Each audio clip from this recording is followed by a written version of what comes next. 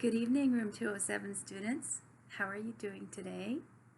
It was great to see most of you at our classroom meeting earlier, and I hope you had a great rest of your day. I went out for a run today and I got really hot. I forgot what it was like to run in this hot weather. I ran out of water, and but now I'm home, and I woke Rossi from his nap, and we're going to do our nightly read aloud, and we are on chapter 28, Crenshaw. And remember, if you want a copy of the book, tell your parents to email me, and I can get you a copy of the book, and you can read along or catch up and finish it in the summer. All right, let's start reading, and we're going to be making those connections as we read, and I'll model it for you, and then I'll give you a chance to try as well. Okay. All right, when we make connections, we better connect to the text, and we better understand what's happening as we read. Okay. Chapter 28. We lived in our minivan for 14 weeks. Wow, I'm going to make a connection there. And 14 weeks is going to be just about as long as this coronavirus lockdown is. 14 weeks, that's a long time. Some days we drove from place to place. Some days we parked and sat. We weren't going anywhere. We just knew we weren't going anywhere. I guess getting out of homelessness doesn't happen all at once either. We were lucky. Some people live in their cars for years. I'm not looking on the bright side. It was pretty scary and stinky. But my parents took care of us the best they could. After a month, my dad got a part-time job at a hardware store. My mom picked up some extra waitressing shifts, and my dad kept singing for tips. Every time his fishing sign got wet, I made him a new one.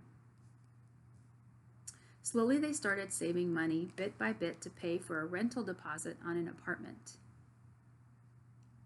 It was sort of like getting over a cold. Sometimes you feel well. Sometimes you feel like you'll never stop coughing, and other times you're sure tomorrow is the day you'll definitely be well. So here's where I want you to try and make a text-to-self connection. I'm going to read it again. It was sort of like getting over a cold. So he's comparing homelessness to getting over a cold. Sometimes you feel like you'll never stop coughing. Other times you're sure tomorrow is the day you'll definitely be well. Okay, I'm going to keep reading. When they finally put together enough money, my parents moved us to Swan Lake Village. It was about 40 miles from our old house, which meant I had to start a new school. I didn't care at all.